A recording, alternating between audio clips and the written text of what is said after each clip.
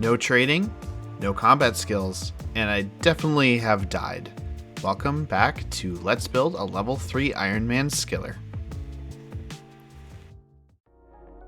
Welcome back to the Level 3 Ironman Progress series. We have a lot of exciting progress to cover today, and I hope you are as excited as I am. But first, a quick recap of the previous episode, where if you remember, we were able to finally unlock Herb Lore by completing Druidic Ritual, and that paves the way as our first unlock on the way to Fossil Island, as we were able to then do the Dig Site quest, which unlocks most of the prerequisites for the Bon Voyage quest. Today our focus will be getting to Fossil Island and getting some other unlocks along the way as well. We also have a really difficult quest near the end of the episode that you definitely will not want to miss, so make sure you keep watching. But first we have an easy 100 more reward permits from Tempros. Unfortunately, I still haven't gotten much special from the actual Tempros permits except for the pet. No tackle box, no fish barrel, but the fish is very useful, and the money I'm getting from selling the casket contents has also been very nice. These caskets did unfortunately just give me a lot of unenchanted jewelry, but I'll still take it. That's still good money. Of course, I've also been keeping up with all of my farming runs as much as possible, especially the morning tree runs.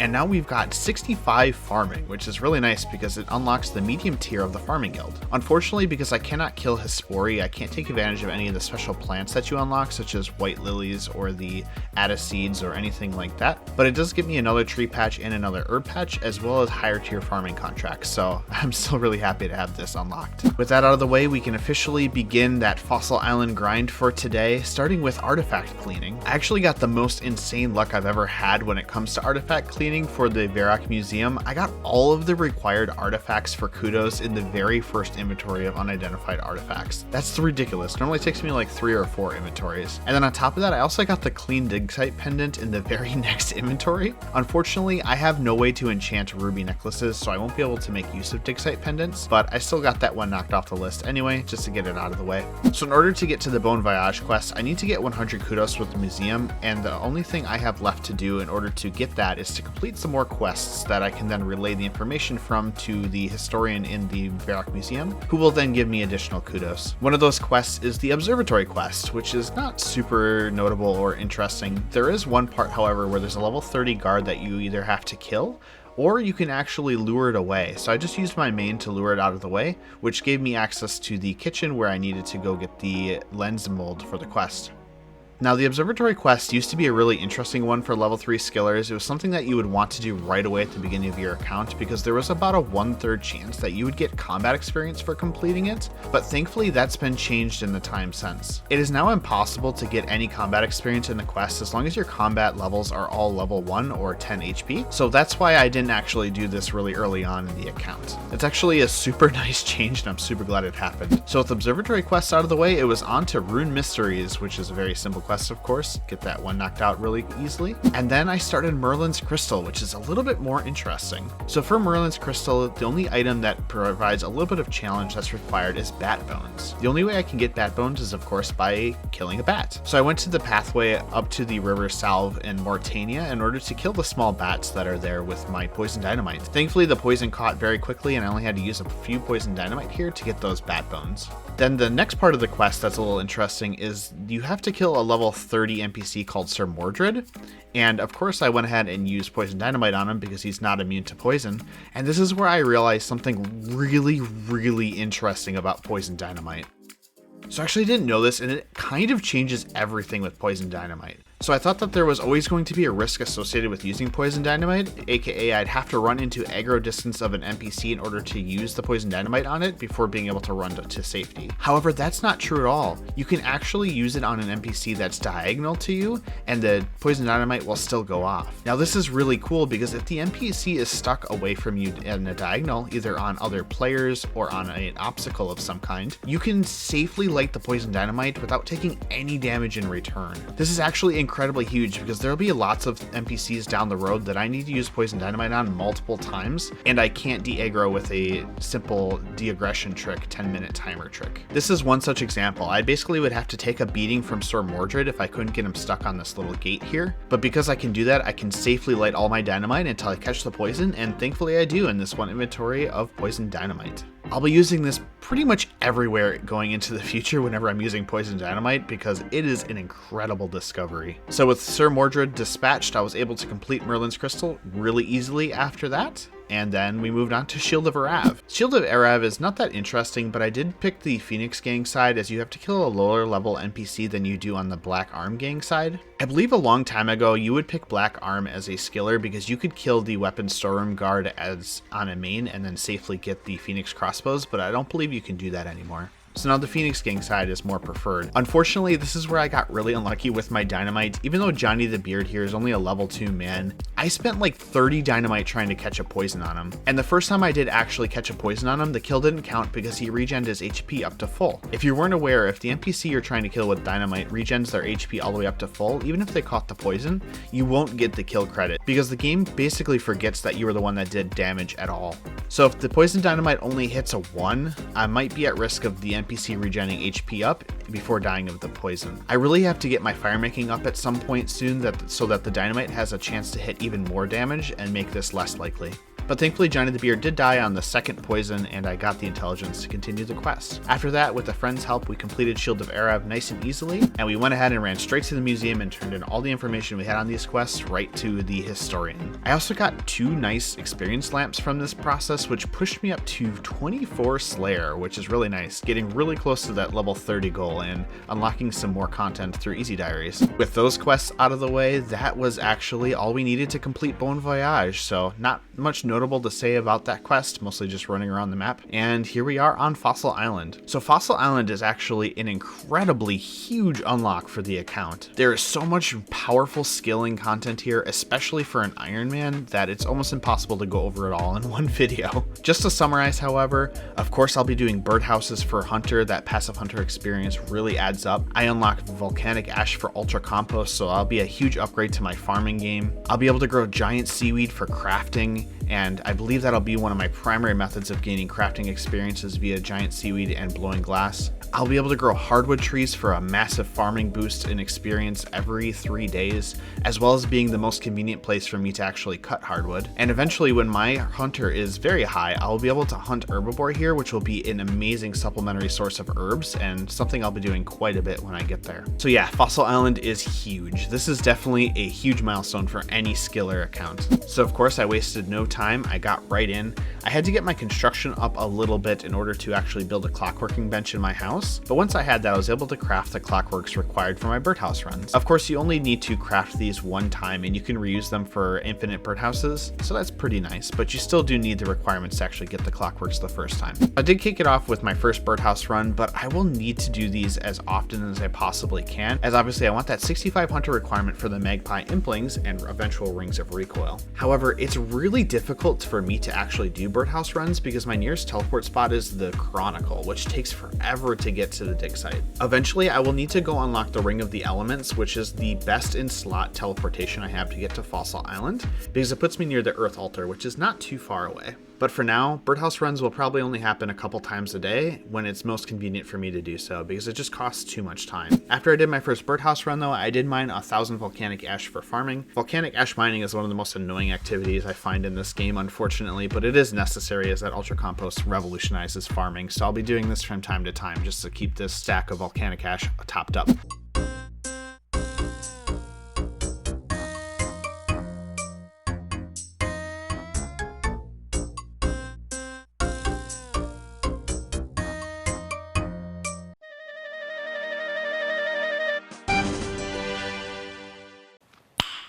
Nice.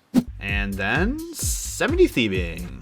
Woo! So this is where I'm actually going to stop focusing on pickpocketing master farmers so incredibly much. I haven't really been able to get enough belladonna seeds just from farming contracts in order to sustain growing them all the time, but I am getting a few, and the belladonna stack is growing a little bit in the bank, enough for me to get enough poison dynamite to do some interesting things. At some point I will return to the master farmers to do more thieving, but for now I'm going to be taking a break for a while. That said, however, I'm not done with thieving in general, as I would like to get a lot more charges for my Xerox talisman. At this point I'm down to about 30 charges and I really don't want to run out. So I started preparing for that grind by getting some more anti-poisons, as the lizardmen outside the stone chests have a chance to poison you every time you get teleported out. It was at this point that I realized anti-poison is a pretty valuable resource for me. It's really hard for me to get.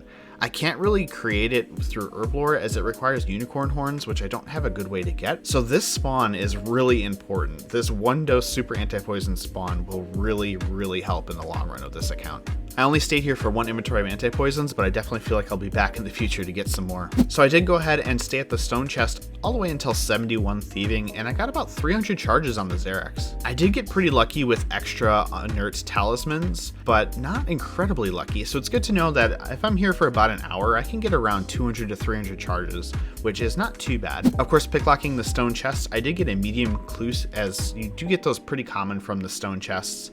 I tried to complete it, but I did get a step on Crandor. Now, Crandor is actually someplace I can access, but I do need to complete most of Dragon Slayer in order to get there, and I don't want to use my Poison Dynamite on getting through Melzar's Maze just yet. That's going to require a lot of Poison Dynamite and maybe some theory crafting on how to actually get through, so that'll be something we do later on. Unfortunately, that means I have to drop this medium clue for now, though. So now that I'm done pickpocketing Master Farmers for a little while, I wanted to move on to my next active goal, and it's something that's been really hurting me for a while, and that's my agility level. I only have a couple pieces of Graceful, and with only 50 agility, getting around the game has been incredibly slow, so I'd like to bump that up a little bit. I figured I'd go ahead and get 50 to 60 done straight through Falador Rooftops, just so I can get more Marks of Grace, and also be ready to move on to Sears, which is a much better course in my opinion when I'm ready to do more agility after that. So I ran the laps around the Falador course for a while. That's not to say that I didn't take my breaks during the interim though, and I did a lot of my farming big seaweed, my tree runs, my birdhouse runs, all that good stuff. I'll definitely be trying to do a big seaweed run every time I'm doing a birdhouse run, as they're so conveniently located one next to each other anyway. And I also will try to keep my seaweed spores topped up by camping underwater a little bit each trip. If you do spend a couple extra minutes on your seaweed farming run to wait around a little bit, you can pretty easily sustain your seaweed spore count by the random spawns that appear underwater. In my experience though, if you just do your seaweed and run away right away,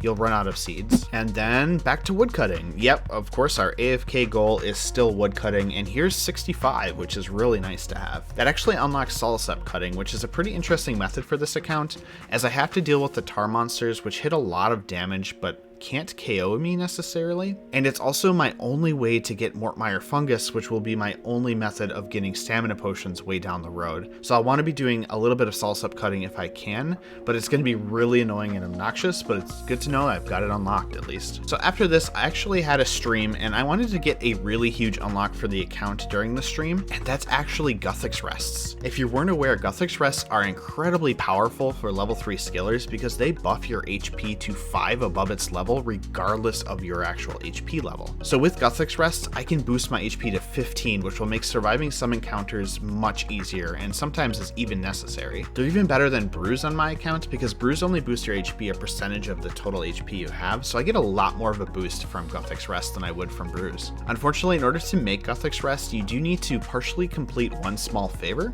which means I need to complete Shilo Village and also Jungle Potion, which I'm completing here. Now, both One Small Favor and Shilo Village are interesting quests to complete on a level 3, but I wouldn't say they're too bad. So I went ahead and jumped right into Shilo Village, which does require some bones, but instead of killing monsters for the bones, I went ahead and picked them up from spawns, just to make sure I save that Poison Dynamite. So there's two sections of the Shilo Village quests that are really kind of dangerous for a level 3. The first of which is the dungeon you have to run through to get all the notes and the corpse that you have to bury later on in the quest. Thankfully, however, this entire area is only single combat and nothing maxes higher than a 9, so as long as you bring some high healing food, eat after every time you take damage, and just keep running, you really won't have too much of a problem. Now, after I completed this dungeon, I did take a pit stop and went ahead and completed the 10th anniversary event, which had just come out, and that was for a very important item. So during the 10th anniversary event, this Dragon Dagger candle was released, and it was initially mischaracterized as a stab and slash weapon with minus 100 accuracy in those styles. If you weren't aware, when a weapon has below minus 65 accuracy in a style, it will always hit zeros. So this is a very unique item to be in the game, in that it's impossible for me to hit any damage on an NPC when I'm attacking them. and I'll need this down the road, as you'll see. Unfortunately, this was patched pretty quickly after I took advantage of it, but it was really nice to take advantage of it for Shilo Village, as you do have to attack the NPCs at the end of the quest, and there's a very small, like 0.3% chance that you could hit a 1 and waste some combat experience. But with this Dragon Dagger candle, I will get 0 experience guaranteed, which is amazing. So one other notable thing about the Shilo Village quest is in this dungeon where you create the bones of the dead, if you leave the dungeon via the intended method and fail, you can actually just take 10 damage, so that can kill you right on the spot. So I definitely recommend teleporting out of this dungeon instead of using the intended method. So now it's time for the most interesting part of the Shilo Village quest, and that's the boss fight. So this boss requires you to kill 3 separate NPCs, all of which that are in the 70s and 80s of combat level, which is obviously enough to one-hit me, so I have to be pretty careful here to avoid them. Thankfully, they actually spawn when you interact with this table in the center of the room here, so it's really easy to run around the room and safe spot them on the table. Now, in order to actually kill these NPCs, I don't need to use poison dynamite. I don't need to really do any damage to them in any way at all, because thankfully Shilo Village is a really ancient and old and weird quest.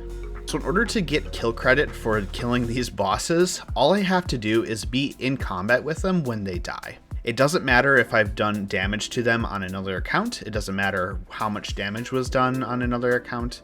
And it doesn't really matter how they die. I just have to be the one who's in combat with them when they die. So the easiest way to trigger this condition is to poison them on another account, and then right before the poison is about to kill them, hit them with your melee weapon 1 time in order to trigger their aggression onto you. So the easiest way to trigger this condition is to poison them with another account, and then right before the poison is about to kill the NPC, you attack it with your Skiller account 1 time. And this is where that chance at experience comes in. If you use a normal fun weapon, you have like a 0.3% chance of gaining experience here, but thankfully because I was abusing the temporary Dragon Dagger candle that has a guaranteed 0 chance, I was not risking any combat experience here, which is pretty nice. So for all 3 phases, all you have to do is attack the boss on another account, get it poisoned, wait till its HP drops to low, and then attack it and safe spot it until it dies from the poison.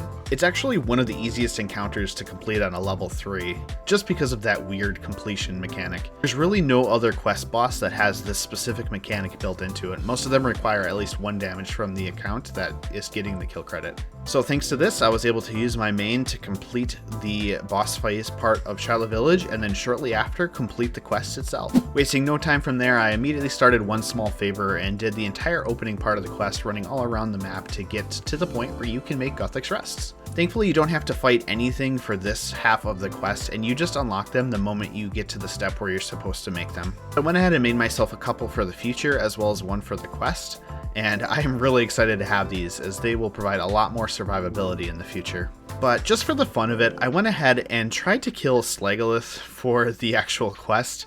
This is on the return trip for one small favor when you're turning everything in. You have to fight this rock monster. I had quite a bit of poison dynamite and was feeling pretty bold, so I figured I'd give it a shot and try to kill it. Now the problem is Slagolith only takes damage from pickaxes, and that also applies to poison dynamite. So my poison dynamite has to roll accuracy from a pickaxe.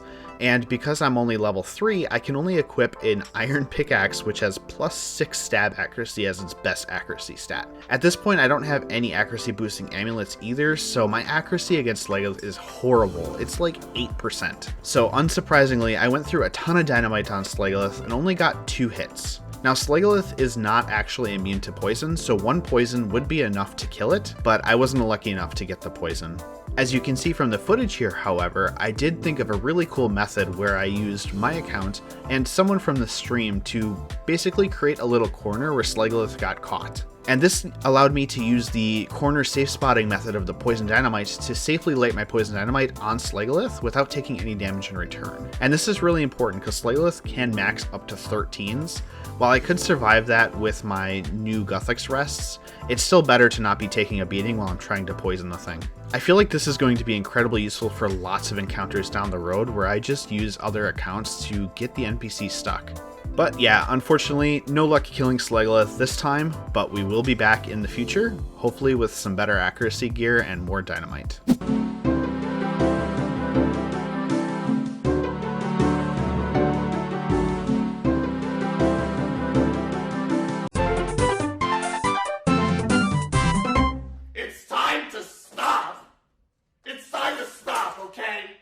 Now I'm doing a hardwood tree run and I get 70 farming, which is huge. You can kind of see that the farming experience per day has really shot up since I unlocked the farming guild mid-tier as well as Fossil Island. And that's because you gain so much extra experience from these hardwood trees. Every 3 days you can turn them in for a massive experience boost. And then finally, I returned back to the Fallador rooftops to finish up that 60 agility that I was working on for quite a while actually. And then of course we can't complete any rooftop agility grind without heading off to Grace to pick up the graceful pieces we can afford.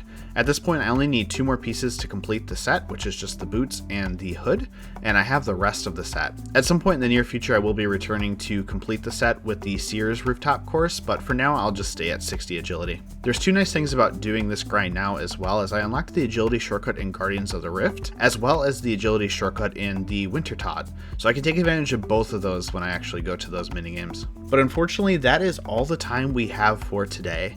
Thank you so much for watching, and I hope you've enjoyed the series so far. Of course, we cannot leave without thanking the members who have joined the channel so far. Your support means so much to me, so thank you so much for joining. And of course, a double huge thank you to those members who have joined at that top tier: KittyLynne, Mad Hatter, and Peepo Time. Thanks again for watching, take care everyone, and I'll see you in the next one. Bye bye.